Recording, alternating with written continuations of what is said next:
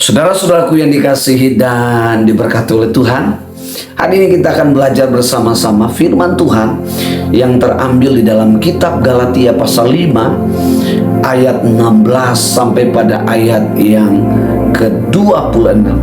Nah, saudara-saudaraku, maksud daripada firman Tuhan ini disampaikan Allah melalui Rasul Paulus kepada jemaat-jemaat yang ada di Galatia. Mengapa firman Tuhan ini disampaikan? Agar mereka hidup menurut roh, tetapi bukan hidup menurut keinginan daging, atau hidup menurut kehendak Allah, bukan lagi menurut cara mereka, bukan lagi menurut cara pola pikir mereka atau menurut kehendak mereka, tetapi menurut kehendak Allah, menurut pola Allah. Kalau tidak, akan terjadi tiga hal.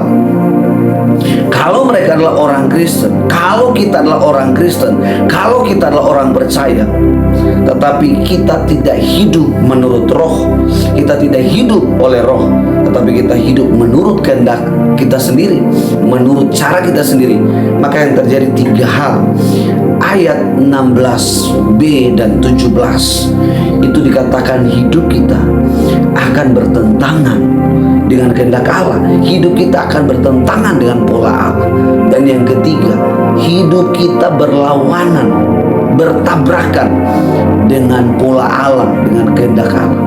Dan yang ketiga, pasti segala sesuatu yang kita lakukan pasti gagal. Saudara mau jadi orang yang lebih benar, menjadi orang yang lebih sempurna, menjadi orang yang lebih rajin beribadah, berdoa, kita pasti gagal. Apa penghambatnya? Penghambatnya adalah pola kita yang lama, yaitu hidup menurut keinginan daging. Bagaimana supaya kita bisa hidup oleh roh? Bagaimana supaya kita bisa mengalahkan keinginan daging? Ada tiga hal. Yang pertama, di ayat 24 dikatakan bahwa kita harus menjadi milik Kristus. Menjadi milik Kristus syaratnya adalah kita percaya kepada Dia.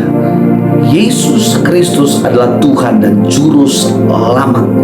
Tanpa kita percaya, maka kita bukan menjadi milik Kristus. Menjadi milik Kristus artinya kita sudah percaya dan memberi diri kita sepenuhnya menjadi milik Kristus.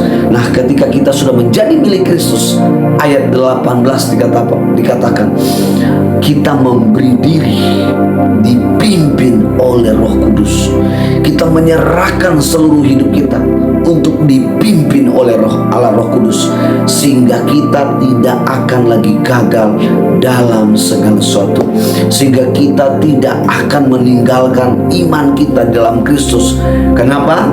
Karena hidup kita dipimpin oleh Roh Kudus. Yang ketiga, ayat 25 dikatakan kita hidup di dalam roh dan kita dipimpin. Kita tidak lagi dikendalikan oleh kehendak kita sendiri, tapi kita dikendalikan oleh kehendak Allah yang dikerjakan oleh Allah Roh Kudus. Dialah yang membimbing kita sehingga kita tidak tersesat, sehingga kita tidak akan gagal, sehingga kita tidak akan jatuh. Karena Roh Kuduslah yang memenuhi hidup kita. Roh Kuduslah yang menuntun hidup kita. Setiap kali kita mau jatuh, Roh Kudus akan menarik kita. Setiap kali kita mau gagal, Roh Kudus akan membawa kita untuk bangkit, sehingga kita mengalami kekuatan baru di dalam Dia, sehingga kita mengalami sukacita penuh di dalam Dia, sehingga kita mengalami damai sejahtera yang penuh di dalam Dia, sehingga kita mengalami kepenuhan di dalam Dia untuk selama-lamanya. Haleluya.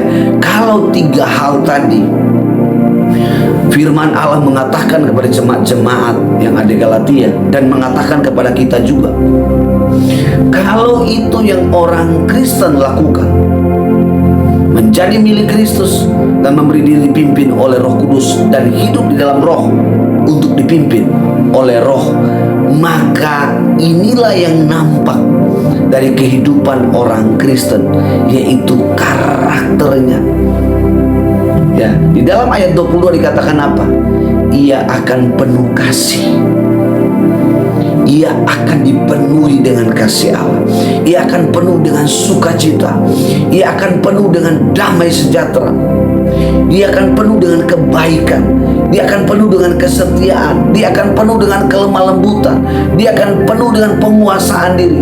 Saudara-saudaraku yang dikasihi dan diberkati oleh Tuhan, kalau ini yang kita lakukan, kalau ini yang kita praktekkan, maka tidak akan lagi terjadi apa penyembahan berhala. Tidak akan terjadi lagi kemabukan. Tidak akan lagi ada pesta pora, percabulan, hawa nafsu, nafsu jahat, ya, pembunuhan, pertikaian. Dan kita bisa melihat pada diri kita hari ini, apakah kita orang Kristen yang sudah hidup di dalam pola Allah, atau hidup di dalam roh, atau hidup oleh roh, atau sebaliknya kita masih hidup menurut pola kita, yaitu menurut keinginan daging kita, menurut kehendak kita sendiri. Kalau itu yang terjadi dalam hidup kita, mari hari ini kita mau memberi diri, dan kita mau menjadi milik Kristus, dan kita mau dipimpin oleh Allah Roh Kudus, sehingga hidup kita penuh dengan sukacita, penuh dengan kasih, penuh dengan damai sejahtera. Maka segala sesuatu yang kita lakukan tidak akan bertentangan dengan kehendak Allah, tidak akan berlawanan dengan kehendak Allah. Maka segala sesuatu yang kita lakukan pasti disertai Tuhan dan dibuat Tuhan berhasil. Sekian firman Tuhan. Tuhan Yesus memberkati. Haleluya.